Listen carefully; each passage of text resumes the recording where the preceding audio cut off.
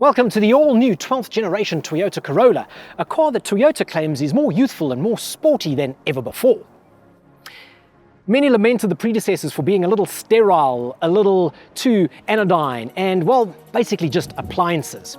So we're here to see if this 12th generation is indeed sportier, or if it's just more of the same.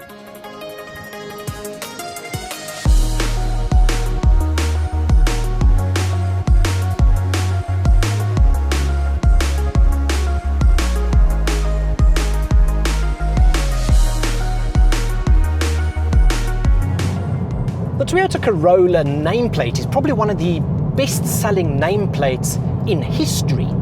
In fact, the nameplate has been in use since 1966, and millions upon millions of Corollas have been sold across the world. And it's no different in South Africa, where it is an immensely popular car. So popular, in fact, that you're going to get two different versions of it.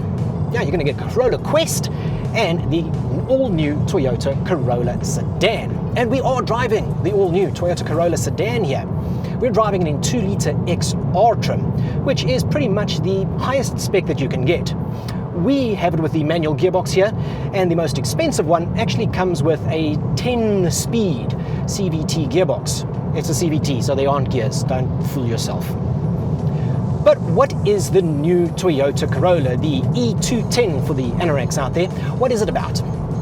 Well, it's Toyota's take on making the Corolla a little more sporty. They've endeavored to create a vehicle that's going to appeal to a younger market, a younger buyer. And they've modeled it on the TNGA platform, which has allowed the designers to go to town with the styling. So it's not a poorly designed vehicle, it's pretty good looking. And it's got a couple of really nice features, but then there's a couple of features that are not so nice. In the front, you're going to get this beautiful, lovely air dam. And that's both a good thing and a bad thing, because the bad thing is, well, it looks like it's sort of a Ford Focus that's pushing through the nose. Once you see that, it can't be unseen. But you can be distracted. It's got bi-LED headlamps on the XR model, the 2-litre XR model.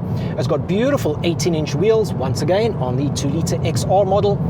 And it's got LED tail lamps. They've given it sort of coupe-like styling, and it's not a terrible looking vehicle.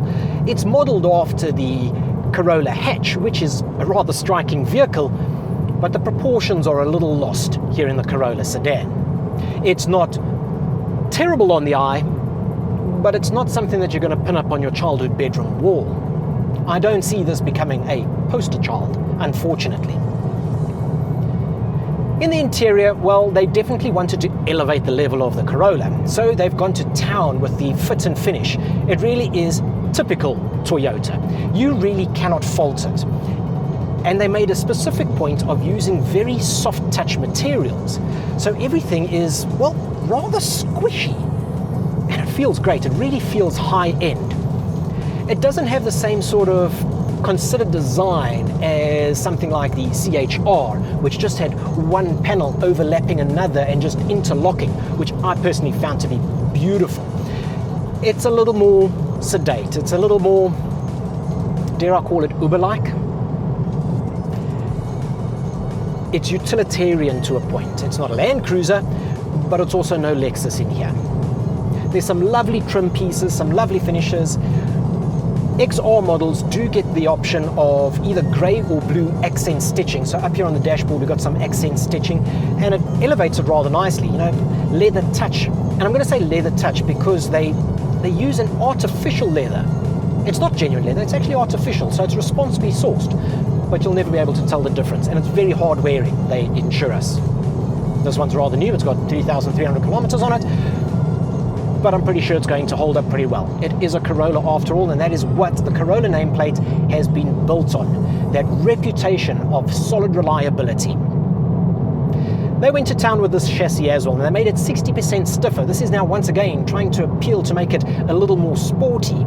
They've also reworked the suspension to make it comfortable and respond faster. And it doesn't feel bad, but sadly, it's not giving me the feedback that I want from a vehicle that is labeled as, well, sporty, sadly. It absorbs the bump, it's got a wonderfully compliant ride, but it's not confidence inspiring when you want to drive it enthusiastically.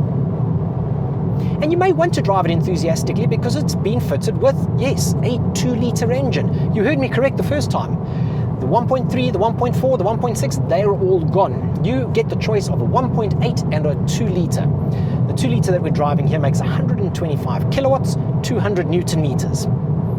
Unfortunately, up here at altitude, it feels the pinch a bit, and you really are just rowing through the cogs to try and keep it on the boil. Once you get it on the boil, revs nicely, pulls pretty decently, and it's said to return 6.5 litres per 100, but I got it here at about 7.5, and that's with some highway driving.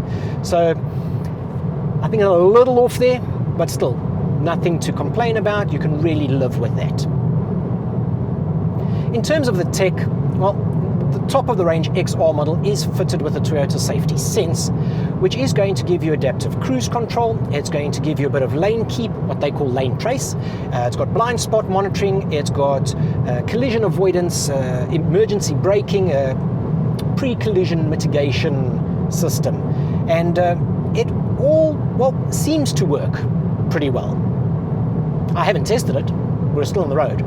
But it's rather inobtrusive, which I like. It'll give you a subtle hint as to when you're straying in terms of your lane, and blind spot monitoring, just that faint little flicker in the wing mirror, all rather nice. You're going to get 7 airbags in here, and of course you've got a very high Euro NCAP star rating, 5 stars across the board.